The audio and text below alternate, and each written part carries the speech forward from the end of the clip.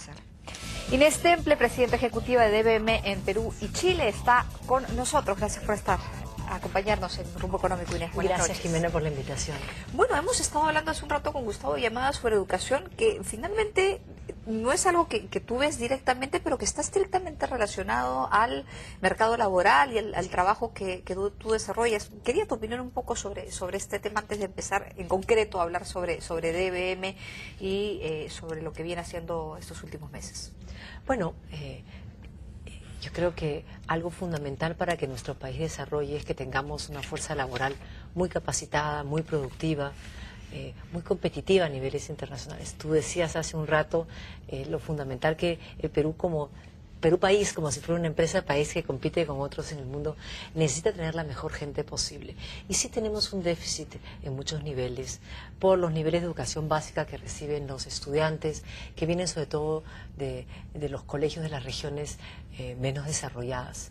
Y también coincido plenamente con lo que decía Gustavo sobre la carencia de las habilidades, nosotros le decimos blandas, él decía socioemocionales, con las que muchos estudiantes salen de las universidades. Se hace mucho énfasis en lo técnico, en lo funcional, pero poco en el desarrollo de estas habilidades que sirven para la vida real. ¿Y los ejecutivos carecen también de eso en el Perú? Sí. ¿Sí? Bueno, ciertamente los que las tienen porque se las dieron en el colegio o las desarrollaron en casa o innatamente tuvieron esta actitud para seguir creciendo, son los que al final llegan a las pirámides, a las puntas de las pirámides de las organizaciones. Claro. Porque sin esas habilidades humanas, hechas para relacionarte con otros, para comunicarte mejor, para entenderte, para autogobernarte, para autodesarrollarte, pues tus posibilidades de tener éxito se reducen considerablemente. Los periodistas algunas veces vivimos en el día a día ese tipo de aspectos vinculados a las características que los ejecutivos puedan tener, estas características socioemocionales, porque hay muchos gerentes importantes de empresas que, por ejemplo, no dan entrevista porque le tienen miedo a la cámara, porque no saben qué van a decirle al periodista. Él tiene conocimientos muy importantes y nadie duda de su capacidad, pero tienen un poco de miedo a enfrentarse, cuando en realidad son empresas vinculadas, por ejemplo, al consumo masivo, que sí requerirían de una mayor comunicación de sus ejecutivos con sus consumidores a través de los medios. Y no solamente, si tú estás al frente de una empresa, tienes que poder comunicarte con tu gente, con todos tus grupos de interés, con tus accionistas, con los clientes. Con todos los stakeholders. Con todos los stakeholders, y no es solamente un tema de comunicarte, es un tema de motivarlos, es un tema de inspirarlos. Entonces, ciertamente los altos ejecutivos son las puntas de las pirámides de un sistema educativo que funciona o no.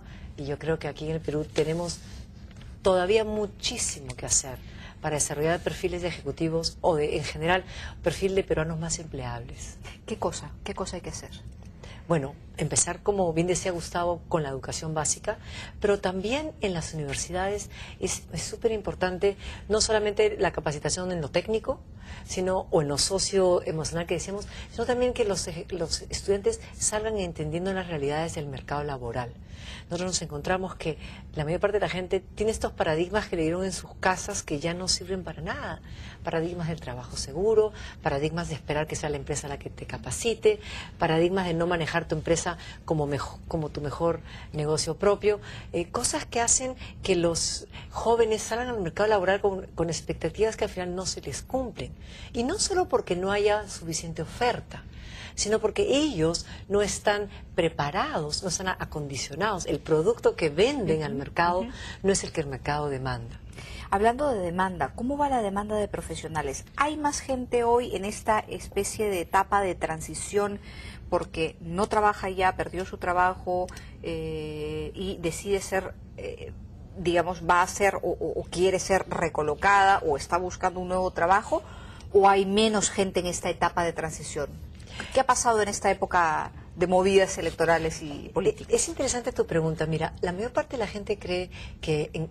vamos a hablar de dos segmentos, el mundo ejecutivo y el mundo no ejecutivo, empleados y operarios en las empresas. Mucha gente cree que las salidas de personal se dan cuando hay crisis. Nosotros trabajamos en estos 18 años en el Perú, vemos que en el mercado, cuando hay cambios, es cuando se producen las salidas. Pero ojo, los cambios no se dan en las épocas de incertidumbre solamente o en las épocas de crisis económica.